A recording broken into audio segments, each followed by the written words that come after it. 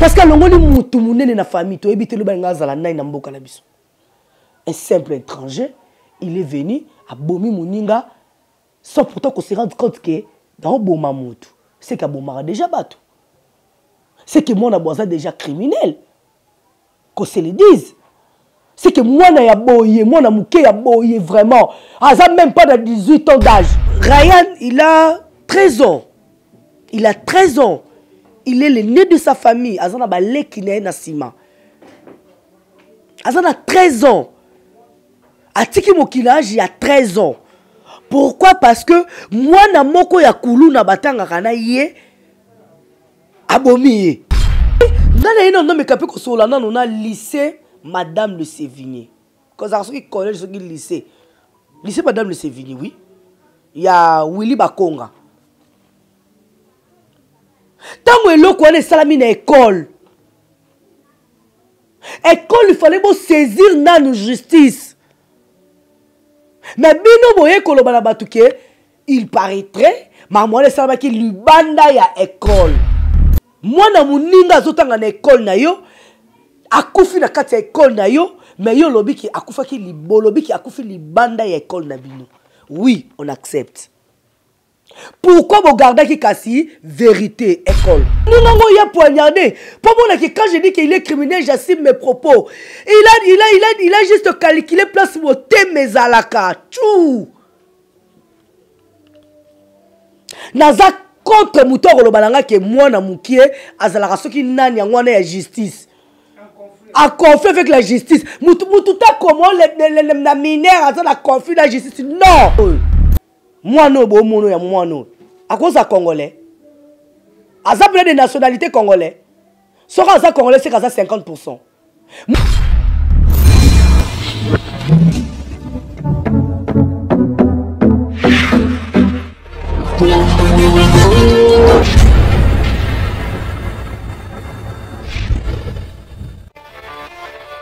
Bienvenue sur votre chaîne La Réconciliation Pro TV. Bonjour, bonsoir. Nababoni nanga surtout à La Réconciliation Pro TV.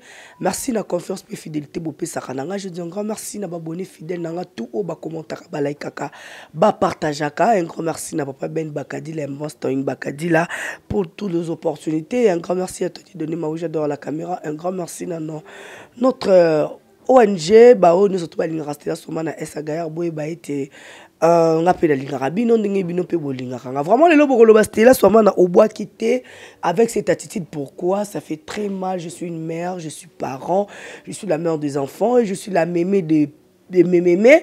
Donc tant que moi na yamuki o ayebi lokota kufi ça fait très mal. Ya moninga vraiment na attitude à mawaboy vraiment tolali tolamuki tuti ko mona photo oyo ezo circuler na école na biso Madame Le Sévigné ya limité to moni banami balé ya deuxième série de tozolo ba 8e ninge ekoma parce que série na biso to tanga na deuxième série.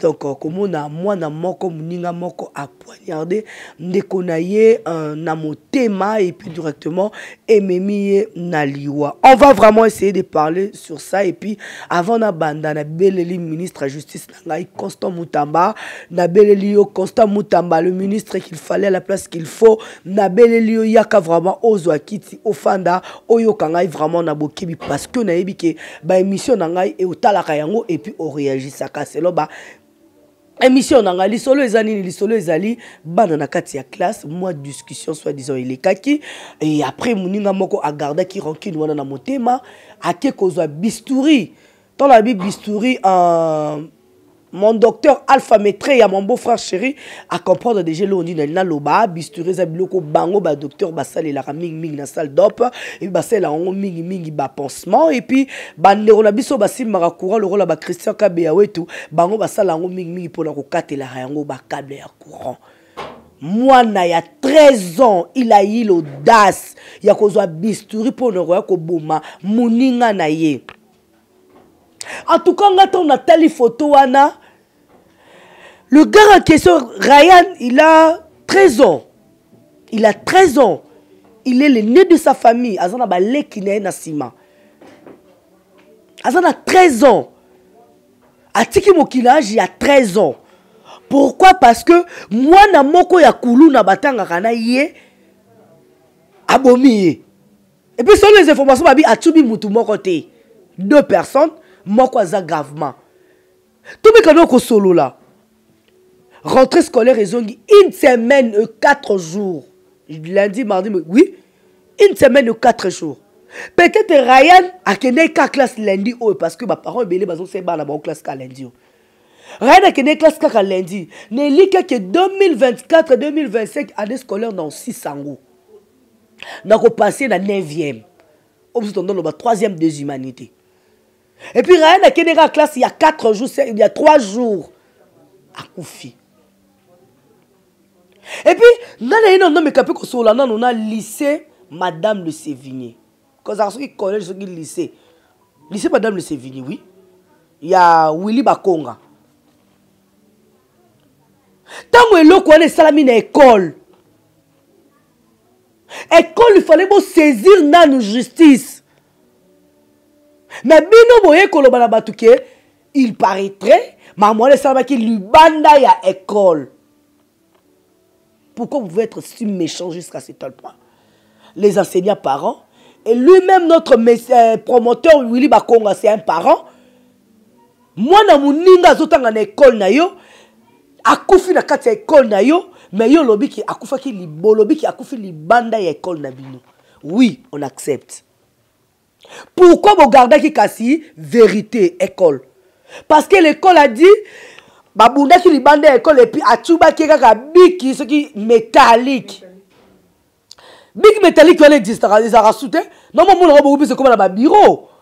Ma big que ça refile le tech et bimi. Attends, mais ce que c'est qui big métallique n'est que le lobby. Et pourquoi que bon mamuni n'était pas chumé dans mon thème. La preuve en est ngai style à la vandia la chuba petite soeur nanga la ninga. Awa, Rosie ma caisse je te salue depuis Lubumbashi. Maman la biso témoin. Akoufate? Abima makila akoufate? Si vous voulez, c'est que big métallique ko bo mamutu la motema. Mais na bokasité à Tessia n'a dit donné ma weja ba koma qui sur place à la famille ba qui kozwa vraie version. La maman a pleuré. La maman a pleuré. Si je me blangage avec la réalisation, boti la biso nous maman wana ninga zo expliquer et bongo tozonga. Bonjour maman. Bonjour. Mes condoléances d'abord. Merci.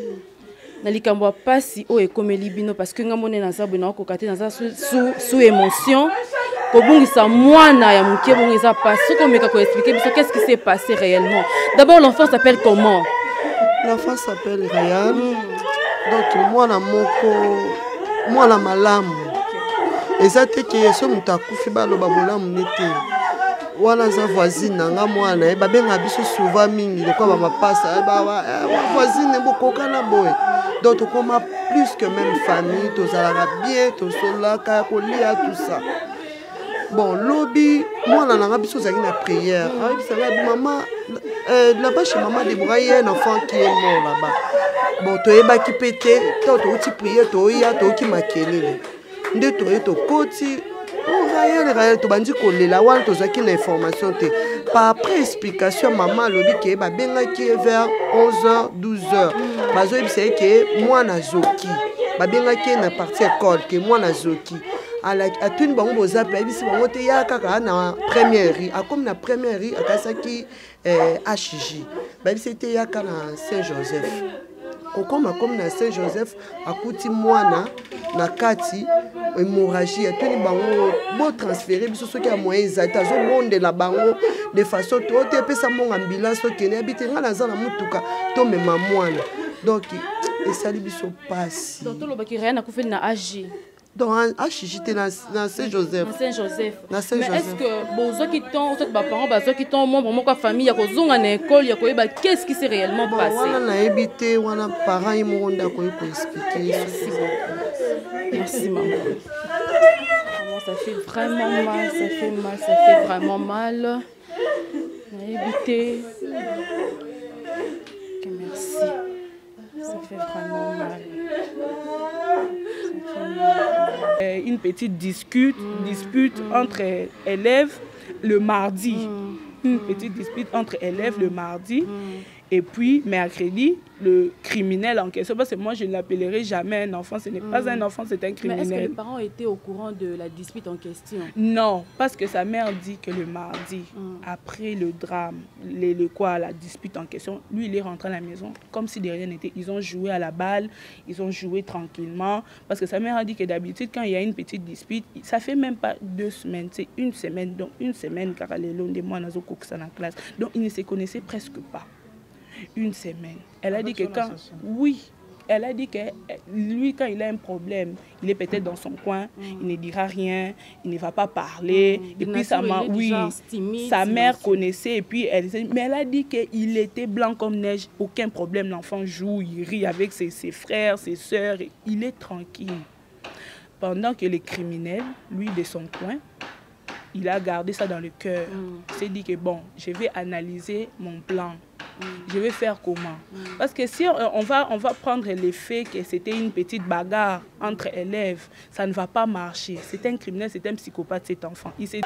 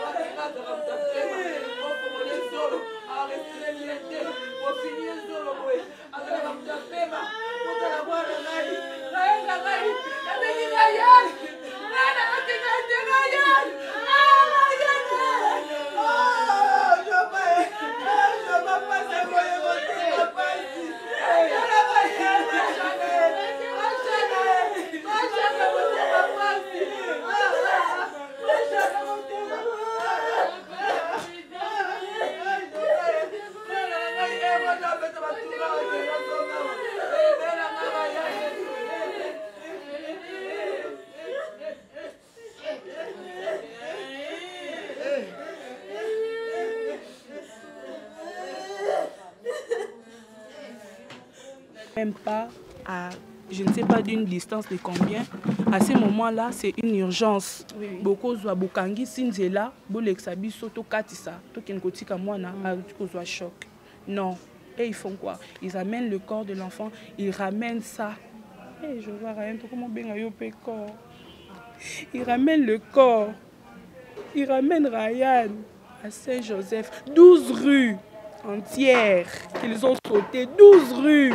Moi, nazo saigné, le sang répandu sur le sol, 12 rues. Ils prennent le corps de l'enfant, ils ramènent ça à Saint-Joseph. Quand Saint-Joseph est bébé, sa réputation est malade, ils prennent l'enfant, ils amènent à Saint-Joseph.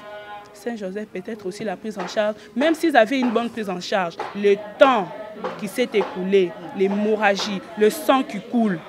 L'enfant peut être en train d'agoniser, il est en train de se demander est-ce qu'il va survivre. Ils prennent le corps de l'enfant, ils amènent ça à Saint-Joseph. À ta prise en charge, ça allait être impossible parce que l'enfant a beaucoup saigné. Et en plus, il attaque le cœur.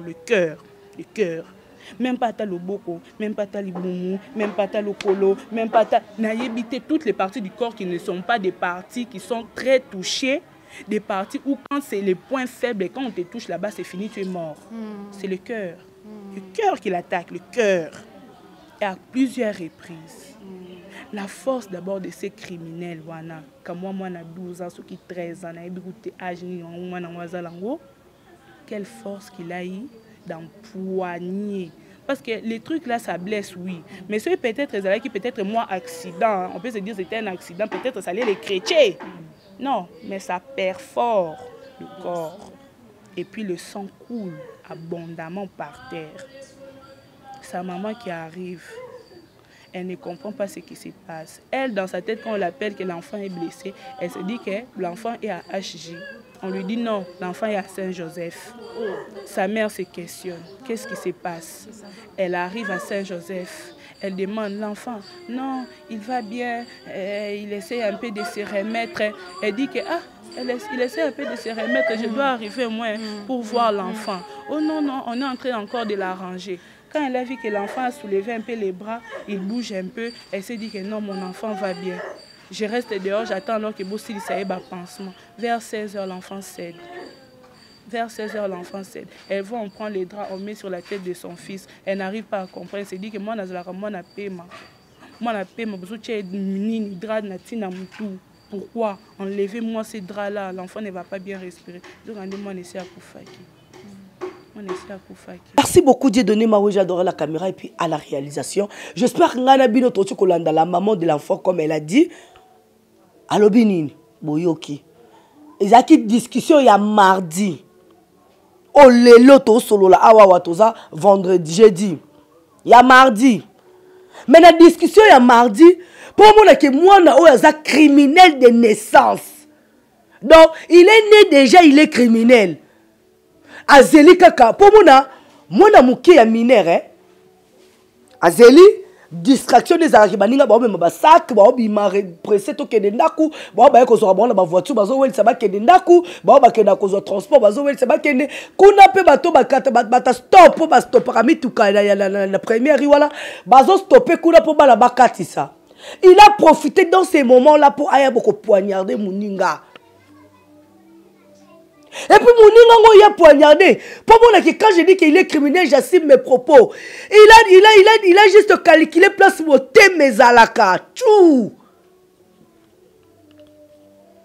Naza contre mouton le que moi na moukie azalaka soki nani ngwana ya justice. A conflit avec la justice. Moututa comment les mineurs azala conflit la justice. Non. Parce que dans ma maternité, ba mineur à 14 ans, bota bana ba mikolo ba biso to bota ba c'est ba bota normal. Bonjour kanga, muta yata lo ba bongo.